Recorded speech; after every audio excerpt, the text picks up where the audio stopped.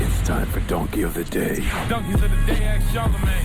I'm a Democrat, so being Donkey of the Day is a little bit of a mixed blessing. So like a donkey. Hee-haw. Okay. Donkey of the Day. The Breakfast Club, bitches. Who's Donkey of the Day today? Hey, well, Donkey of the Day for Thursday, February 2nd goes to the Vice President of the United States of Apprehension, Mike Pence. Oh, yes, he is one of the leaders of the Legion of Doom, at least on paper. He's the second in command, even though really it's Steve Bannon, Donald Trump, and then Mike Pence. But on paper, Mike Pence is the number two. This man is a man who believes in conversion shock therapy for gay people. If you don't know what conversion therapy is, it's a psychological treatment or spiritual counseling designed to change a person's sexual orientation from homosexual or bisexual to heterosexual. They can make a crooked line straight, so they say. What they do is they take jumper cables and connect them to a car and then connect the other cables to your balls, and then they try to shock the gay out you. What? If that don't work, they attempt to do an exorcism, throw holy water on you, and pray the gay away. If everything I just said sounds like some BS, it's because it is. But that's what conversion therapy is, some BS. But that man is our vice president, and clearly a man who believes in conversion therapy for gays has absolutely no empathy for what somebody is going through, because if you don't respect a person's sexuality, then you probably don't respect nothing about that person, period. If you believe in conversion therapy, that means you think something is wrong with that person. And if you think something is wrong with a person because of their sexuality, then you probably think something is wrong with a person because of their race, their gender, their religion, and whatever else they have going on that's not like you and yours. Well, Mike Pence's lack of empathy was on full display yesterday when he tweeted out, "As Black History Month begins, we remember when President Lincoln submitted the 13th Amendment ending slavery to the states. Hashtag National Freedom Day." Now, I posted that on my IG yesterday, and a lot of people started saying that was a fake tweet. Listen, kids, I understand the world we live in full of alternative facts and fake news, but you got to do a little research. All you had to do was click on Mike Pence's Twitter page, @VP, and you could have saw the tweet for yourself.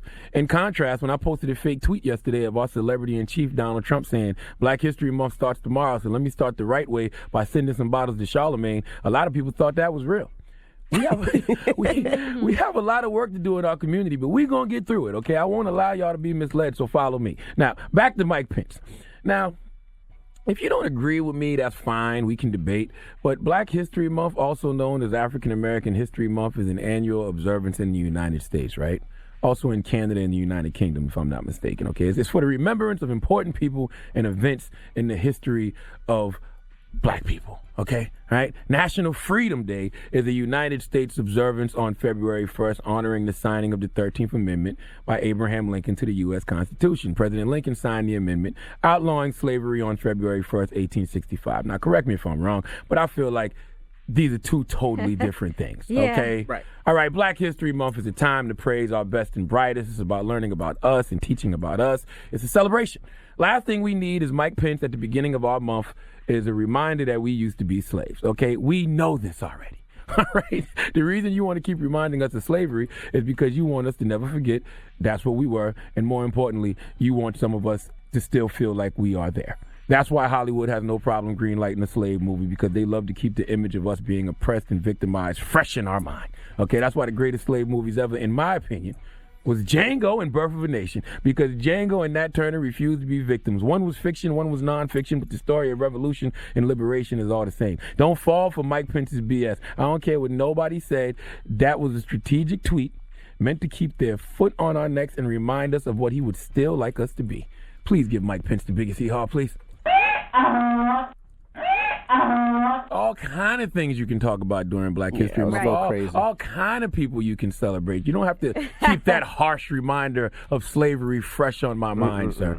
Okay? And listen, don't let that devil rain on our parade. Black History Month is a celebration. I don't like talking about problems without talking about solutions. I was actually building with Angela Rye. Drop on the clues bombs for Angela Rye. I was building with her yesterday, and she had a great idea. You know the movie Hidden Figures? The story of Katherine G. Johnson and Dorothy Vaughan, Mary Jackson, the three black women who worked at NASA. We didn't know that story.